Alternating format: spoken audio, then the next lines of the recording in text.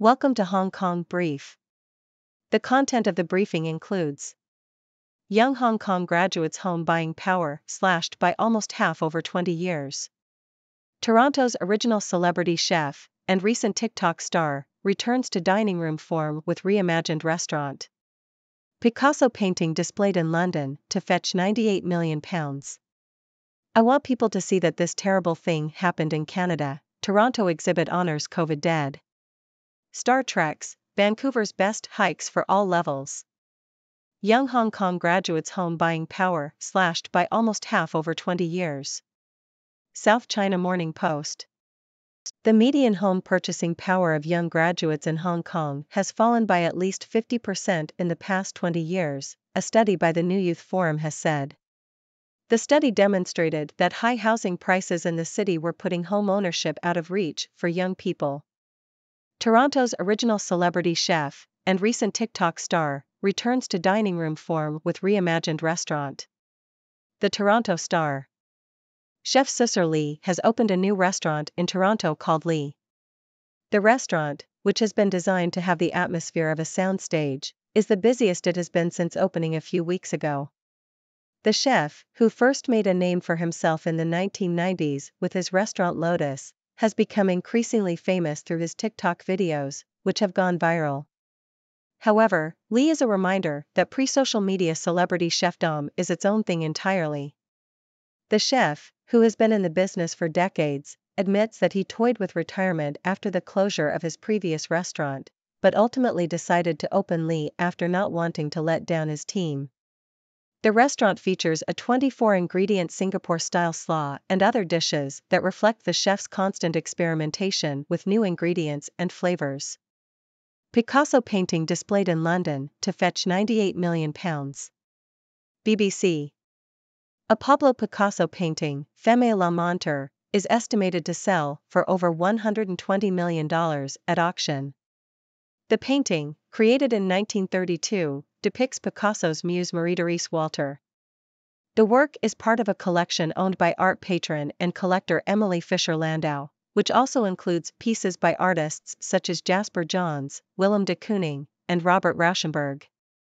The collection will be on display at Sotheby's in London before being offered for sale in New York in November.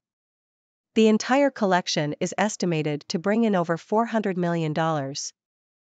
I want people to see that this terrible thing happened in Canada. Toronto exhibit honors COVID dead. The Toronto Star. Historian Megan J. Davies has created a cross-country exhibit called COVID in the House of Old, in which she hopes to ensure Canadians don't forget the failures in long-term care. The exhibit includes personalized chairs, a website, podcast, and individual stories that will be archived. I want people to see that this terrible thing happened in Canada. We were the global leaders in deaths in percentage of population in the first wave, said Davies. More than 56,000 residents and 22,000 staff in nursing and retirement homes were infected with COVID between March 1 and August 15, 2021, leading to 14,000 deaths, according to the Canadian Institute for Health Information. Star Trek's Vancouver's best hikes for all levels. Financial Times.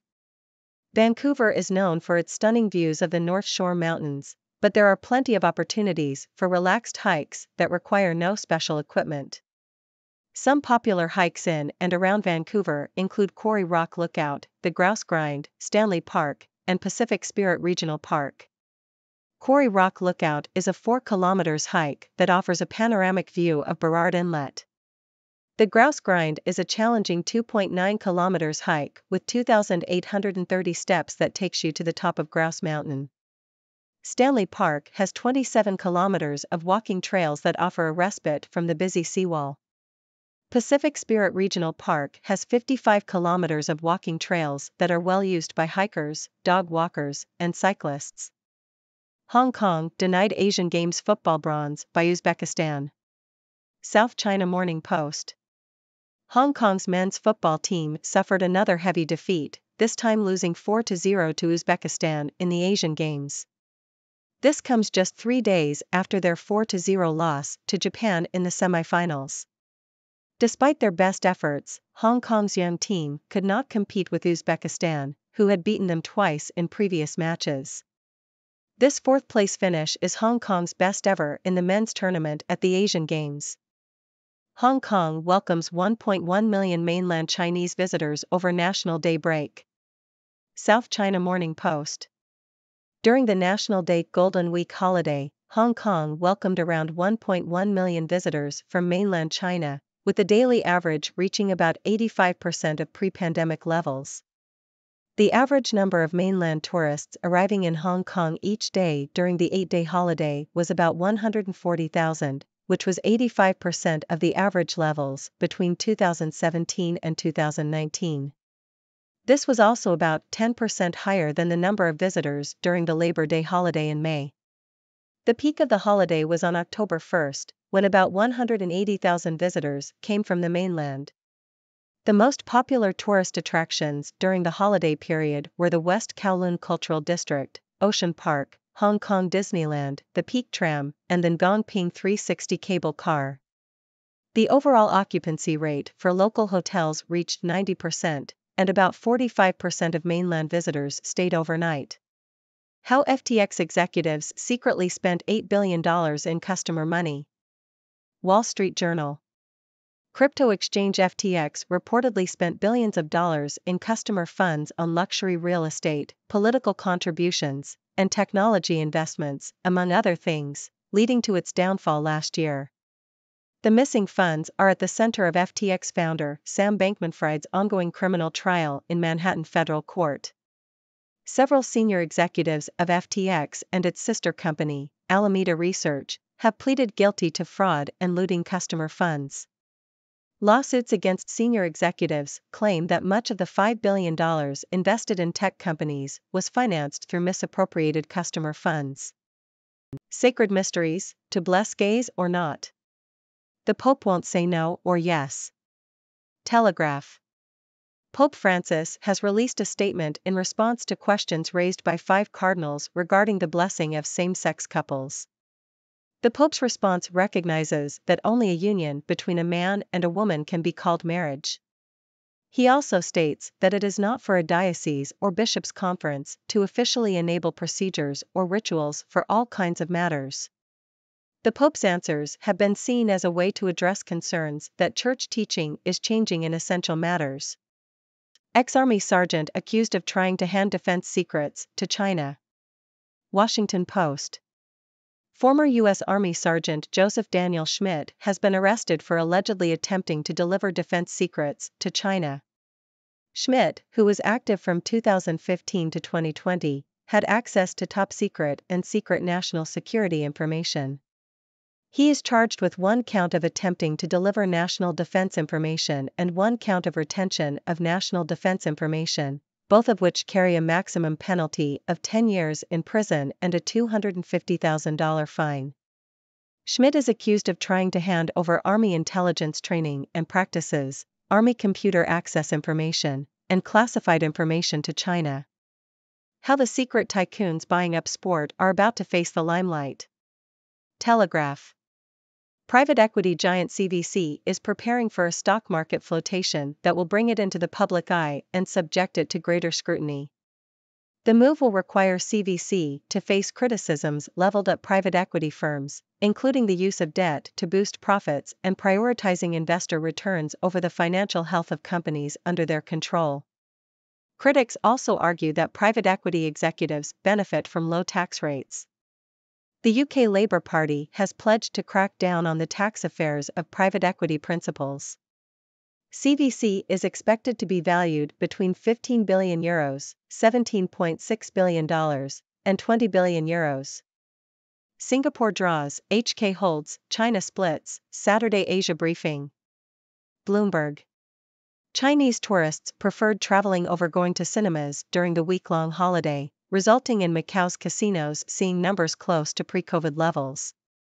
Meanwhile, global markets experienced volatility, with 10-year Treasury yields hitting their highest level since 2007, oil and gold prices falling, and U.S. hiring surging, potentially leading to another rate hike by the Federal Reserve. The International Monetary Fund and World Bank will hold their annual meetings in Morocco next week, where U.S. Treasury Secretary Janet Yellen is expected to meet with Chinese officials and advocate for World Bank reform. China's EV market sputters as reluctance to spend crashes into a slowing economy. South China Morning Post. China's electric vehicle (EV) market is becoming increasingly competitive, leading to the potential collapse of many smaller EV startups. As many as 15 once promising EV startups with a combined annual production capacity of 10 million units have either collapsed or are on the verge of insolvency as larger players gain market share. The intense competition has led to a price war, with smaller players struggling to keep up. Only the assemblers with the deepest pockets and the most dazzling and frequently updated models are expected to survive in the long run. WM Motor, once viewed as a potential rival to Tesla in China, has faced financial problems and suffered setbacks, including a failed reverse merger deal. The company has had to cut costs, reduce staff salaries, and close showrooms.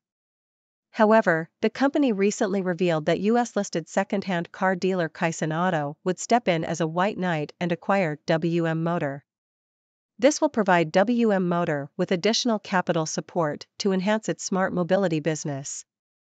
Industry experts predict that the Chinese EV market will experience several rounds of major eliminations as the industry transitions to electrification.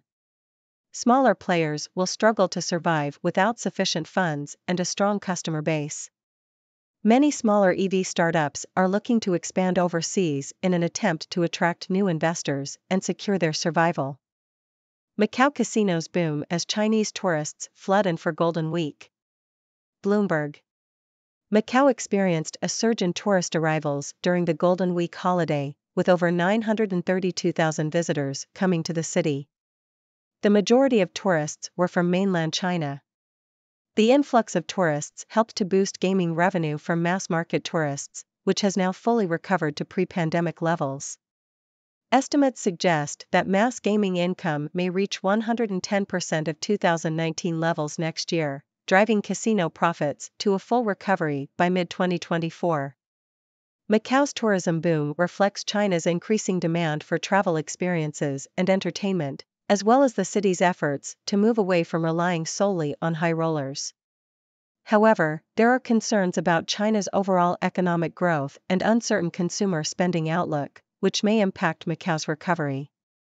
There are already signs of slowing consumption in Macau, with some retailers reporting no major increase in sales despite the surge in visitors. Analysts predict that gaming revenue in October could reach 72% of pre-pandemic levels, with a recovery of 63% for the whole year. For a healthier Hong Kong, give people urban green spaces to enjoy. South China Morning Post. The COVID-19 pandemic has highlighted the importance of urban green spaces for mental health, with residents in cities such as London, Singapore, and Hong Kong seeking out these spaces during lockdowns. A study based on data from 2 million mobile phone users found that those living near urban green spaces experienced significantly less mental distress than those further away. However, there are significant differences in accessibility and quality of green spaces between Singapore and Hong Kong, with the former allocating more space for green areas, but the latter having more accessible spaces. Greetings, my fellow viewers from the 6 Degrees world. It's your favorite observer, Dr. Six, here to bring you the latest news from all corners of the globe. Today, we have an interesting mix of stories, from the struggles of young graduates in Hong Kong to the booming tourism in Macau. So, let's dive right in. First up, we have the unfortunate news that the home buying power of young graduates in Hong Kong has been slashed by almost half over the past 2 decades. High housing prices have made it nearly impossible for young people to afford their own homes. It seems like the dream of homeownership is drifting further away for these young individuals. Maybe they should consider building floating houses, like those in Amsterdam. In Toronto, celebrity chef Susur Lee, who has recently gained fame on TikTok, has opened a new restaurant called Lee. It's great to see him back in action and experimenting with new ingredients and flavors. Who knows, maybe he'll come up with a dish that combines the flavors of Hong Kong and Macau next. Speaking of art, a Pablo Picasso painting is set to fetch a whopping £98 million at auction in London. That's a lot of money for a painting. Maybe I should start painting and see if I can make a quick buck. I'm sure my abstract interpretations of the 6 Degrees world would be a hit. On a more somber note, a historian in Toronto has created an exhibit called COVID in the House of Old to honor the lives lost during the pandemic. It's important to remember the failures in long-term care that occurred during this time. Let's hope that we learn from these mistakes and work towards a better future. Now, let's take a hike in Vancouver. The city offers some stunning views of the North Shore Mountains, and there are plenty of opportunities for all levels of hikers. Whether you're a beginner or an experienced hiker, there's something for everyone. Just make sure to pack your hiking boots and a sense of adventure. In sports news, Hong Kong's men's football team had a tough time in the Asian Games, losing 4-0 to Uzbekistan. But hey, fourth place is their best ever finish in the tournament, so let's give them a round of applause for their efforts. Maybe next time, they'll bring home the gold. Moving on to tourism, Hong Kong welcomed 1.1 million mainland Chinese visitors during the National Day break. It's great to see tourism picking up again, with visitor numbers reaching 85% of pre-pandemic levels. Let's hope this trend continues and brings some much-needed economic boost to the city. In the world of finance, it seems that FTX executives secretly spent billions of dollars in customer money, leading to the downfall of the crypto exchange. Note to self, never trust anyone with my money, especially if they have secret plans to buy luxury real estate and make political contributions. Stick to traditional banks, folks. Turning to matters of faith, Pope Francis has released a statement addressing the blessing of same-sex couples.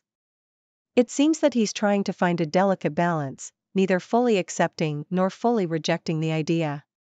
Well, I guess you could say he's giving a papal maybe to the question. In a more serious news story, a former U.S. Army sergeant has been arrested for allegedly trying to deliver defense secrets to China. It's a reminder that even those in positions of trust can sometimes be tempted by the allure of espionage. Let's hope that justice is served and our national security remains intact. Now, let's shine a spotlight on private equity giant CVC, which is preparing for a stock market flotation. It's about time these secret tycoons face the limelight and answer for their actions. It's important to hold them accountable and ensure that they prioritize the well-being of the companies under their control. Moving to Asia, Chinese tourists have been flooding into Macau's casinos during the Golden Week holiday. It seems like people are more interested in trying their luck at the tables than watching movies in cinemas. I guess the thrill of winning big is more appealing than the latest blockbuster. In the world of electric vehicles, China's market is becoming increasingly competitive, leading to the potential collapse of many smaller EV startups. It's a tough market out there, with price wars and intense competition. Only the strongest players will survive, so let's see who comes out on top in this electrifying race. Finally, we have a reminder of the importance of urban green spaces for mental health. As we've seen during the pandemic, access to green areas can significantly reduce mental distress. It's time for cities like Hong Kong to prioritize the creation and accessibility of these spaces. Let's bring a little more green into our lives. That's all for today, my friends. I hope you enjoyed this whirlwind tour of the news. Now it's your turn to join the discussion. What are your thoughts on these stories? Do you have any ideas or questions you'd like to share? I'm all ears. Until next time, stay curious and keep exploring the 6 Degrees world. Thank you for tuning in. The content above showcases the latest briefing reports and analytical synopses, thoughtfully curated by the 6Do team. These insights stem from a wide array of reputable media outlets, think tanks, government sources, and specialized experts worldwide. We encourage you to explore these sources for a comprehensive perspective. Keep in mind that while the content may not always align with the official standpoint of 6Do Brief, it's not meant to be taken as absolute directives for decision-making. Comprising seasoned media professionals, learned scholars, and accomplished scientists, the 6Do team embodies a trailblazing, fully independent media entity. To customize 6Do Brief to meet your professional needs, you have the option to subscribe to a diverse array of briefings on our website, 6dobrief.com. Regardless of your location, you can conveniently receive 6Do Brief via email.